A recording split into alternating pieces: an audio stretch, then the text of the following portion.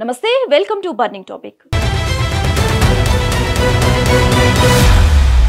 Jubilee hills ఉప ఎన్నిక count down మొదలైంది. ఇంకో 13 రోజుల్లో నవంబర్ 11న పోలింగ్ జరగనుంది.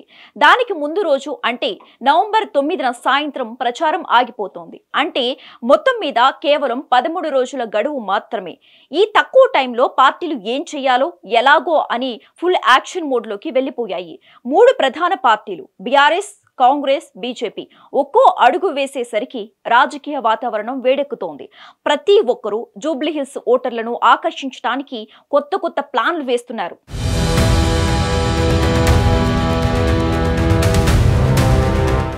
జూబ్లీహిల్స్ ఉప ఎన్నిక పోలింగ్ మరో 13 రోజుల్లో జరగనుంది. నవంబర్ 11న పోలింగ్ డేట్ ను ఎన్నికల సంఘం నిర్ణయించింది. దీనికి ముందు రోజు ఎలానూ ప్రచారానికి బంద్ కార్డు పడుతుంది. సో మొత్తంగా బుధవారం నుంచి 13 రోజుల గడువు మాత్రమే ఉంటుంది. సో ఇప్పటికే పార్టీలు పెద్ద ఎత్తున ప్రచారం ప్రారంభించాయి. కీలక నాయకులు రంగంలోకి దిగారు. ప్రజలను తమ వైపు ఆకర్షించే ప్రయత్నం చేస్తున్నారు.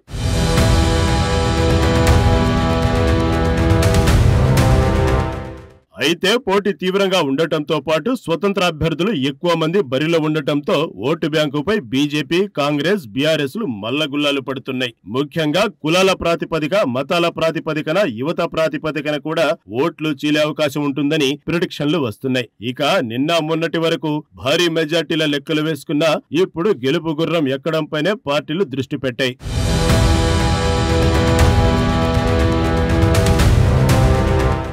ముఖ్యంగా ఈసారి స్వతంత్ర అభ్యర్థులు ఎక్కువ మంది బరిలో ఉన్నారు. దీంతో ఓట్లు చీలిపోవచ్చనే భయం పార్టీలను కమ్మేసింది. కులాల ఆధారంగా, మతాల ఆధారంగా యువత ఓట్లపై కూడా లెక్కలు వేసుకుంటూ వ్యూహాలు రూపొందిస్తున్నారు. ఇక బీఆర్ఎస్ పార్టీ అయితే మరో స్టెప్ ముందుకేసిందని చెప్పుకోవాలి.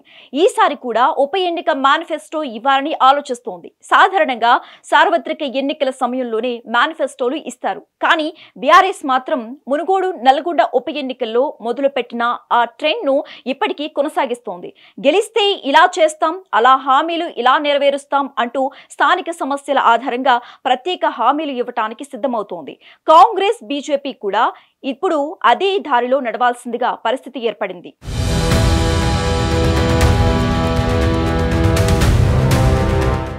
బీఆర్ఎస్ ఇచ్చే హామీలకు సమాధానంగా మేము చేస్తామంటూ తమ మేనిఫెస్టోలో ప్రకటించే అవకాశం ఉంది. ఈసారి మేనిఫెస్టోలు పార్టీ స్థాయి కాకుండా వ్యక్తిగతంగా అభ్యర్థి ఆధారంగా ఉండబోతున్నాయి. అంటే నేను గెలిస్తే మీకిది చేస్తాను, మీ సమస్యను నేనే పరిష్కరిస్తా అనే పర్సనల్ టచ్ ఇవ్వాలనే ప్లాను ఇక చివరి వారం నుంచి జూబ్లీహిల్స్ వీధుల్లో ప్రచారం హీట్ మరింత పెరగనుంది. బీఆర్ఎస్ కి ప్రతిష్టాత్మక పోరు, కాంగ్రెస్ కి ప్రతిభా పరీక్ష, బీజేపీకి ప్రతిష్ట పునరుద్ధరణ యత్నం. ప్రతి ఒక్కరూ గెలుపు గుర్రం ఎక్కడుందో అంచనా వేస్తున్నారు.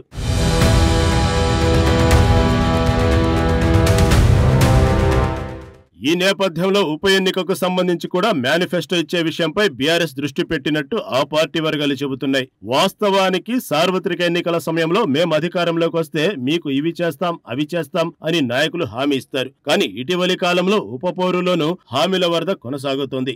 గతంలో మునుగోడులో జరిగిన ఉప ఎన్నికలతో పాటు నల్గొండ నియోజకవర్గంలో జరిగిన ఉప ఎన్నిక కూడా దీనికి ఉదాహరణ.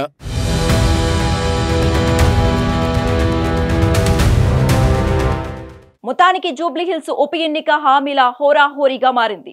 ఎవరి మాట నమ్ముతారు ప్రజలు? ఎవరి మేనిఫెస్టో వాస్తవమవుతోంది? నవంబర్ 11ని ఆ సమాధానం ఇస్తోంది. సో అప్పటి వరకు వేచి చూడాల్సిందే.